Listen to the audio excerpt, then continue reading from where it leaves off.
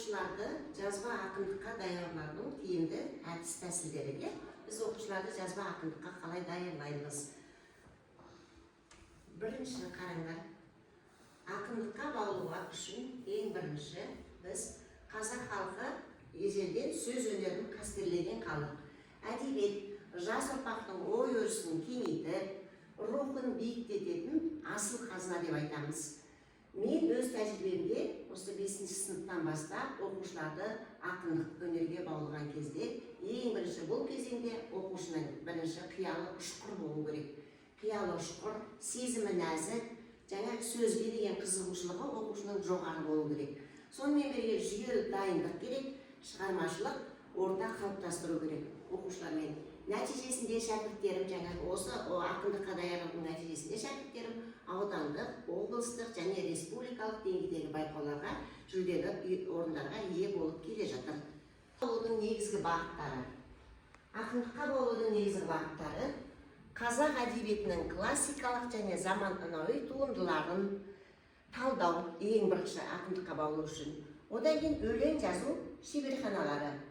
Өзіңдер шеберханаларында оқушының бойында өзінің біз қандай оқушы дейміз, үлгерімі жоғары ақындыққа жақын оқушыларды дайындап аламыз, талдап оқушылардың туындыларын. Өлең жазу шеберханалары, поэзия сағаттары мен әдеби кештер оқыған кезде жаңа оқушыларды осы ақындыққа даярлаймыз.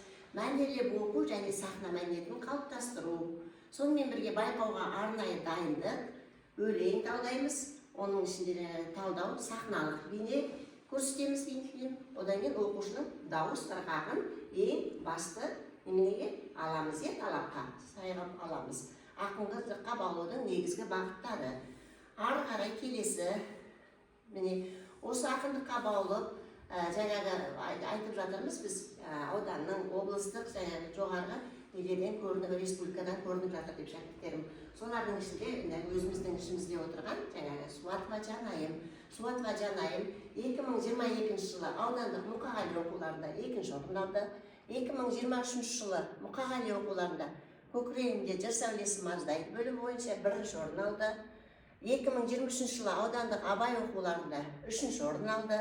2023 әлем таныған Әуезов әлемі деген мұнда Мұхтарға жыр арнау бір бақыт бөлімі бойынша 3-ші орын алды.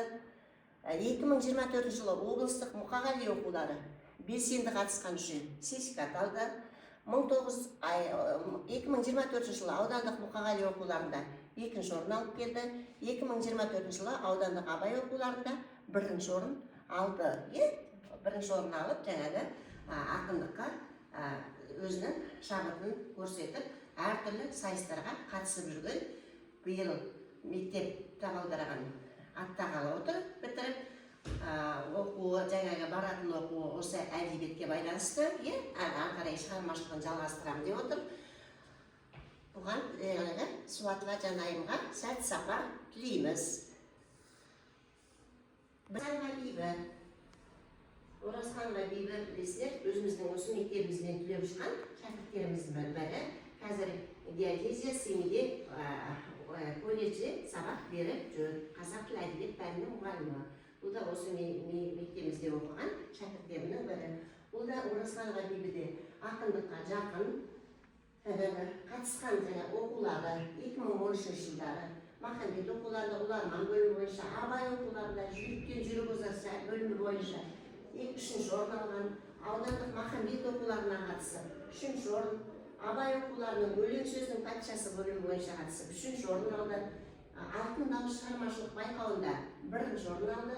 Аудандық Махамбет оқуларында 2-ші орын алып қатысып, қазіргі кезде Семей қаласында өзінің таңдаған мамандығы бойынша сүйікті ары қарай жұмысын жалғастырып жатқан шәкірттеріміздің бірі.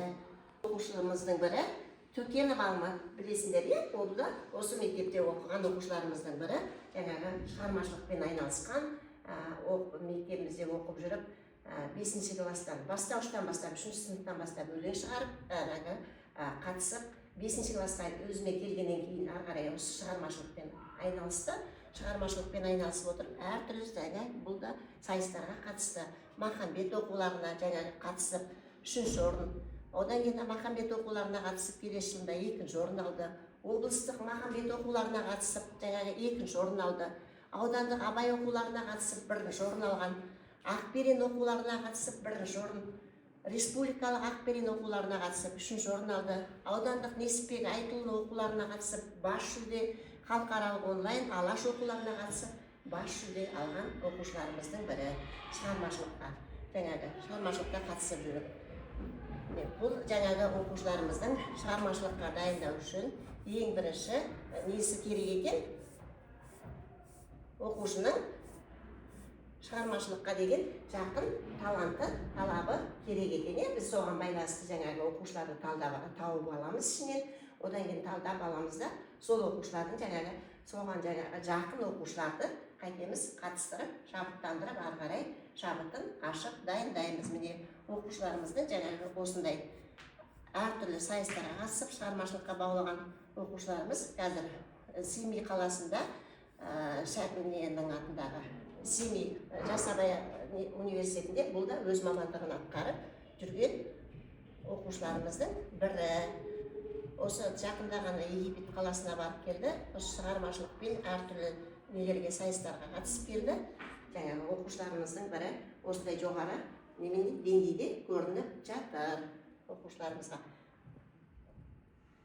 Көріп қолдағандарыңызға рахмет.